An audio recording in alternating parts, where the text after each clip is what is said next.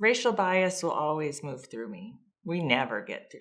And it's, I'm working on that. So when I notice things, my internal response of a reaction to something is like, oh, that needs healing. Like that feels to me, I'm a little, like my humanity, growing in my own humanity means to look at that and reflect on that and have compassion for that part of me, because no one's perfect, and still grieve a little bit around that because I want to be, connected to you as a Black man, and not judge so much, but have compassion because we're they were, victims of this culture too, in terms of the stories we were told indirectly, not directly of this person is bad, that person is bad, but it's just swimming in that culture. So we all want to be free, and we need to be with each other to be free.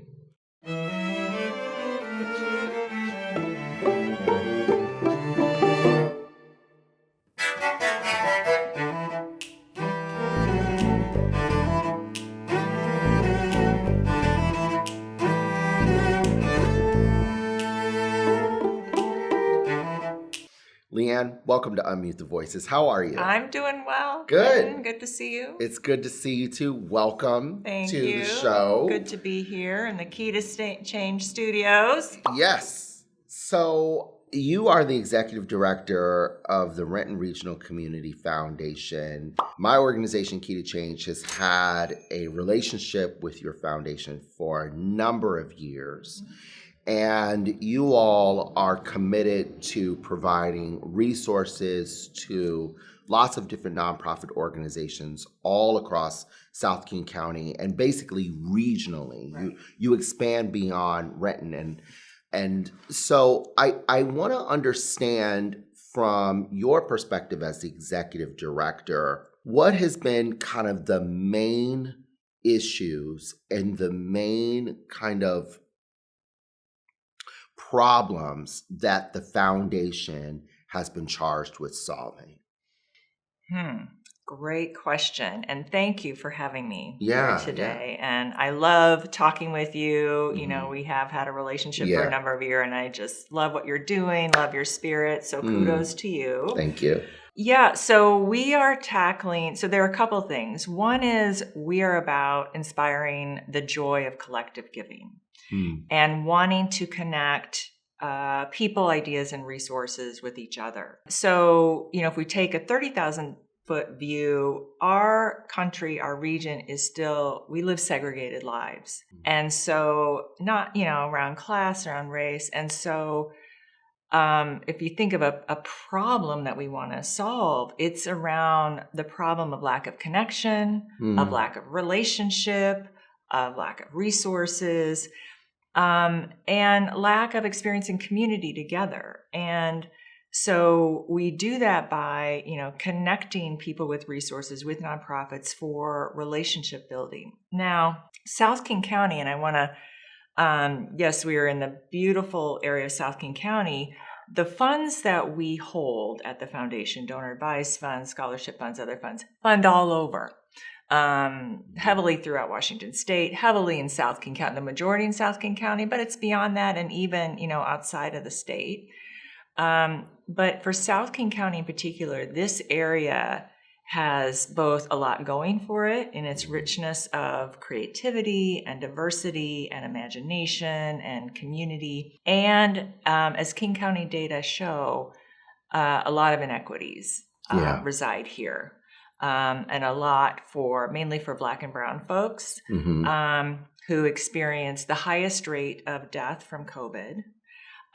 Still, King County data show that we have the highest rate of food insecurity down here. And so we are about trying to raise those issues up to let other people know about, hey, we're all connected. And even if you live in Seattle, we have a number of donors who live in Seattle, don't live in South King County. They see the importance of investing in this region because it benefits all of us. And so we're trying to solve the problem of, lack of connection, lack of education of what's going on here, and of getting more resources down here. There are a lot of organizations down here, particularly that work with immigrants. Tiny, when a lot of the groups that we fund have budgets of under $100,000. Off the radar of major donors. So we're trying to lift those groups up, have other donors know who they are, to get resources there, because they are providing critical services to their community. So for someone who might want to become interested in helping, solve the food, insecurity issue, or even homelessness, or just providing music lessons for an underserved student, I'm going to ask a very ignorant question because I think a lot of people just don't know. But do you have to be rich in order to become a donor? No. I want to tell you a story. We have someone who's given us $5. And someone who's given, we have a, $5 million fund with us. And the $5 gift, Quinton, it came from a person who benefited from one of our funds. One of our funds, the Budkiss Fund, you might have heard about it. They give support to low-income seniors who can't afford veterinary expenses for their pets. I don't know if you own a pet. I own a pet. Yeah. There are children, right? And so if little Cookie needs, surgery, they can't afford it, $2,000 or whatever, the Budkiss Fund can help with that. Wow. And we got a card. We often get these cards and thank yous. And I remember this so much. We got a card in the mail with kind of scribbly. You could tell this person was elderly with the handwriting and saying, I don't have much, but here's $5 to go to the Budkiss Fund because you helped my dog or cat, whatever. Wow. So that is philanthropy in action. That is community in action. And that's what we're here for, is to do those things. Do you want more donors like that? Like, in other words, for those people who are not wealthy or don't have a bottomless pit of resources, does the foundation welcome those individuals to say, we want to establish a relationship with you, whether you're giving $10, $5 in this one special instance?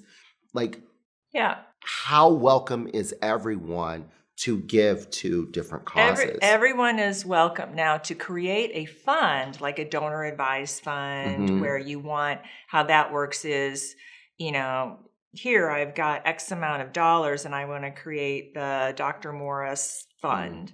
$10,000 is the minimum. Okay. Seattle Foundation, I think, is $150,000. So, and $10,000 is a lot of money too. Yeah.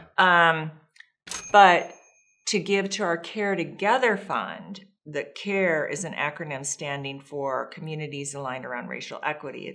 It was created during the COVID crisis. It's focused on South King County, addressing food, mental health, housing, immigrant issues. Anyone, any level, $5, whatever. You can also give to a fund like this elderly woman gave to the Budkiss Fund at any level. So, and you can give generally to our foundation, and it goes to our nonprofit survey and other things we do. So yes, all levels are welcome to open up a fund. The minimum is $10,000.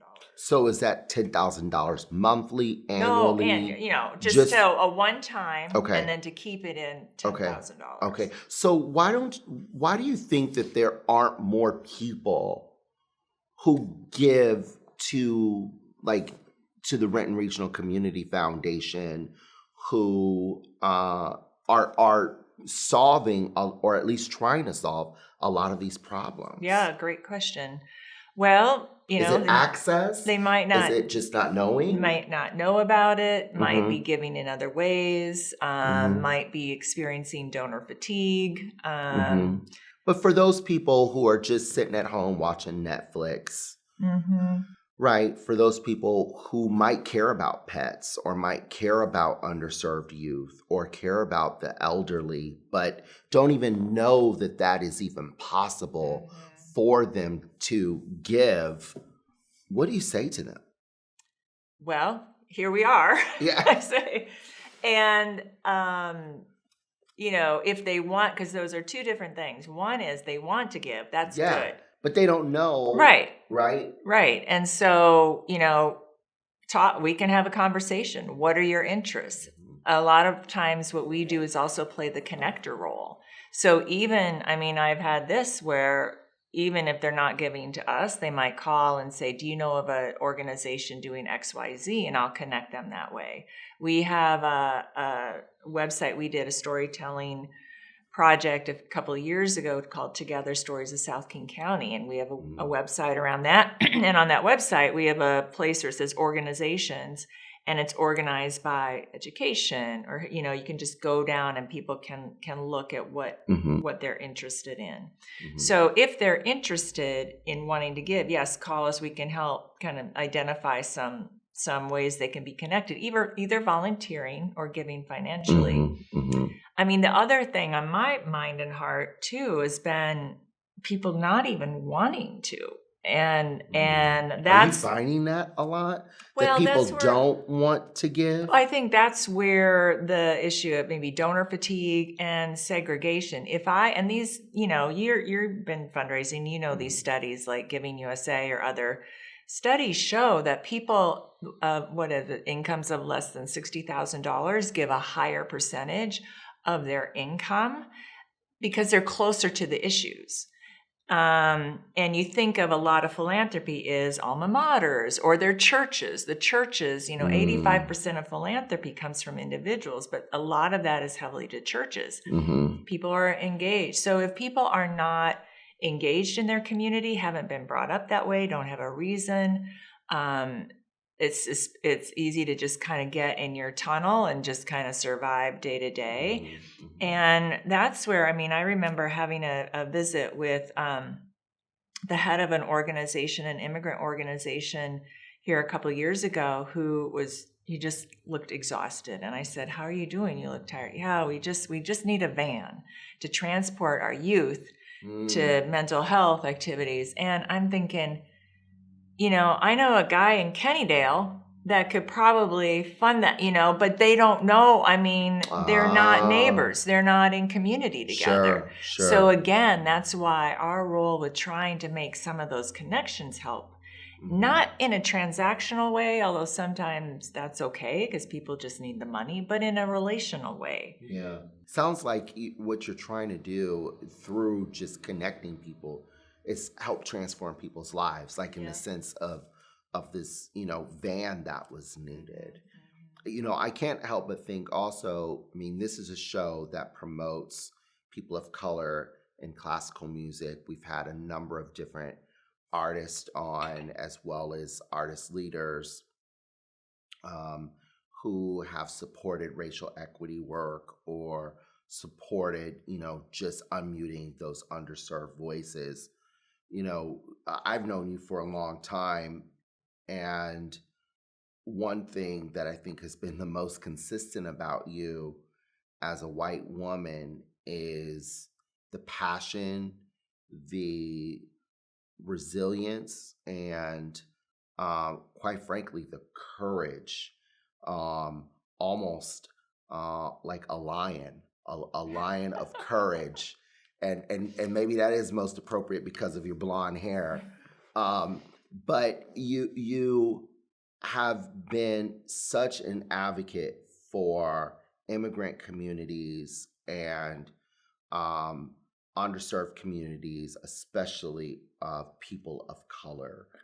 And I don't know very many people like you who are willing to really stick their neck out on the line and say, this is racist or this is wrong. And I'm not okay with it. Where does that courage come from, LeAnne? For me, it's not an intellectual thing. I feel it in my body because we are all connected. Like there's a saying of, the stranger is just a person whose story you haven't heard. And I grew up in a small town in Iowa where it was pretty darn white. There was one Japanese American girl in my class, and there were Laotian immigrants, but pretty white. But there was always something in me starting more on class issues that were like, this isn't right. My father was a minister, and this is where the relationship piece comes. As I've done my work in the nonprofit sector and gotten to know Black and brown folks who, and their stories, and looking at the systemic issues that have affected Black and brown people, and the connection with my faith, that to do mercy and love justice, and looking at the life of Christ on the side of the marginalized, and that is my calling. I feel like it's the deepest calling to do that, and also because my liberation is tied up in that, my healing. When I look at how white supremacy hurt me, and how we're given the message as white people that if we go through our lives and don't have relationships with people of color, that's okay, or, that's not a direct message, but indirect for sure. Indirect, and I have to tell you that in November, the week after the election, I was in New Orleans with 100 people, Black and brown people all over the country, white, Black, brown, all over the country, from all over the country, working on issues of relational repair around race. And I felt the most at home there. I felt like I was with my people. And I even get chills saying that. And so, saying to white people who are listening to this, like, come on in to this, like we need each other. And our liberation is tied up with, the liberation of Black and brown people. And we are not meant to be separated. Yeah, so that's just in me. And sometimes it comes out as a lion. Sometimes it's a little softer. Yeah. But it's the courage of being able to speak up when so many others are so afraid. But see, if I don't, so then I lose out on my humanity. What's your humanity, though? If I do not speak up, and I want to speak up in a way that maintains connection with white people, coming into this work first is like, oh, I'm the good white person, or there's the bad. No, my call is also to be in community with white people working on this. And so if I have, racial bias will always move through me. We never get through. And it's, I'm working on that. So when I notice things, my internal response of a reaction to something is like, oh, that means healing. Like that feels to me, I'm a little, like my humanity, growing in my own humanity means to look at that and reflect on that and have compassion for that part of me, because no one's perfect, and still grieve a little bit around that because I want to be, connected to you as a Black man. So it's about my humanity too, the humanity of, and seeing the humanity in other white people. And not judge so much, but have compassion, because we're they were, victims of this culture too, in terms of the stories we were told indirectly, not directly of this person is bad, that person is bad, but it's just swimming in that culture. So we all want to be free, and we need to be with each other to be free. Unmute the Voices is sponsored by Key to Change Studio. Key to Change Studio is a violin and viola studio located in Renton, Washington, which allows middle and high school underserved students living in South King County an opportunity to take violin or viola lessons. For more information, visit their website at keytochangestudio.org. Now, back to Unmute the Voices. So, how does one discover their own humanity as a white person? How do they discover that? Well, I can just talk about me, and part of my, how I show up in racial relations also has to do with just who I am as a person, right? Like, what were my conditioned tendencies? So I grew up in a culture where, conflict was bad, push it down. I was also a caretaker and all of that. Mm-hmm. So avoiding the conflict. And entering this door of being in relationships with other white people on a really deep level around this, and my Black and brown sisters and brothers and human beings of like, ooh, that felt like a little tweak in me. In order to go deeper in this relationship and to heal, I need to look at, my issues around conflict avoidance, my issues around whatever. Mm-hmm. And that just opens me up for more healing and deeper relationships. Mm-hmm. And that is about then deepening my humanity, being more human on a spiritual level. Was that hard? You're talking in the past. It's an ongoing process. Oh, it's okay. It is hard, but that's why we need community.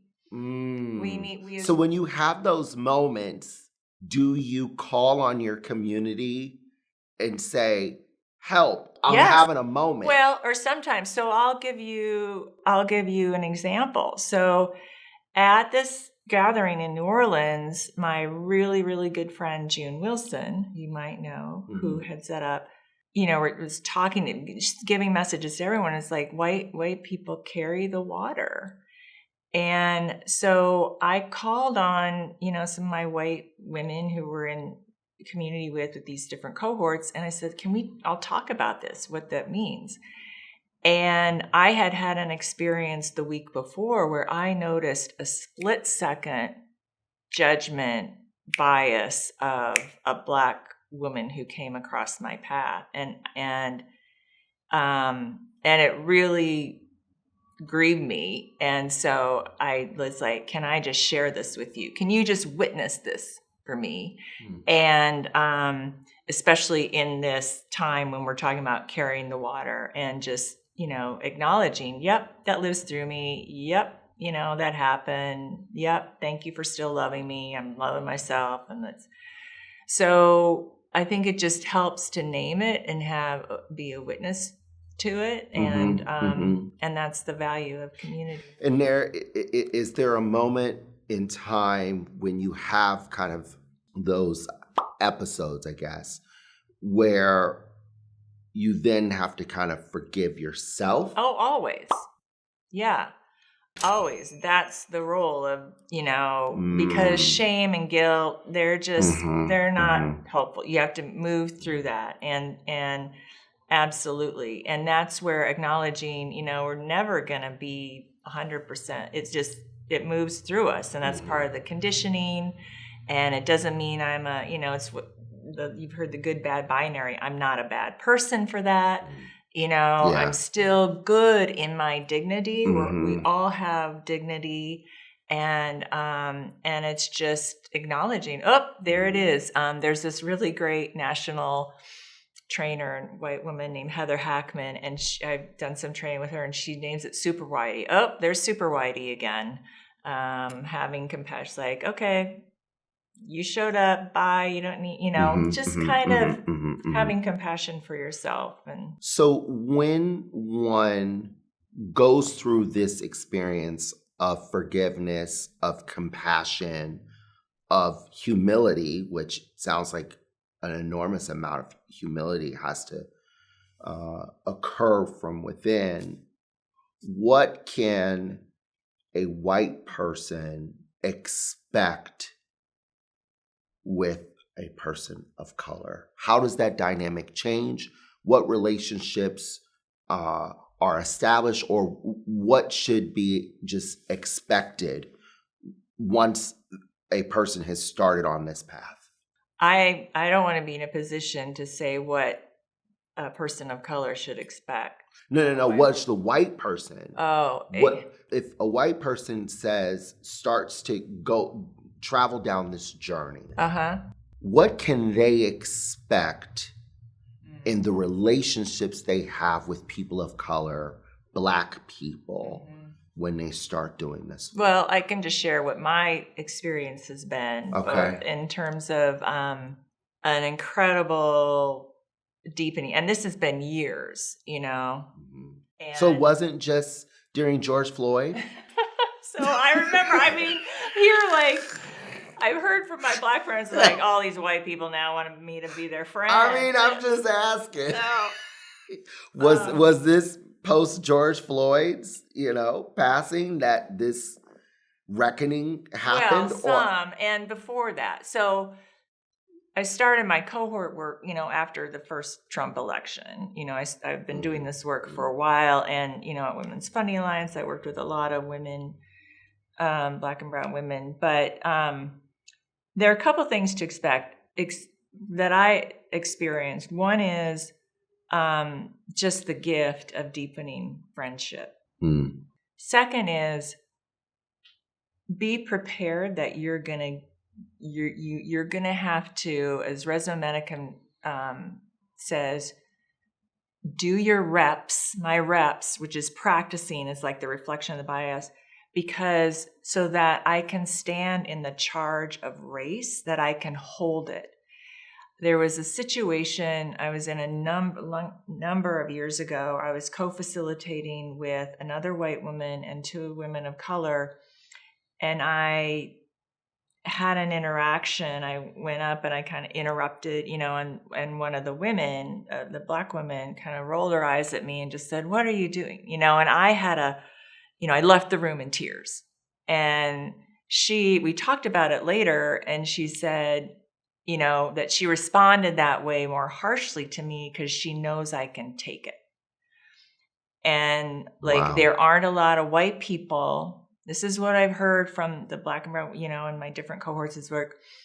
We're always around white people. We're not around white people who have done their work.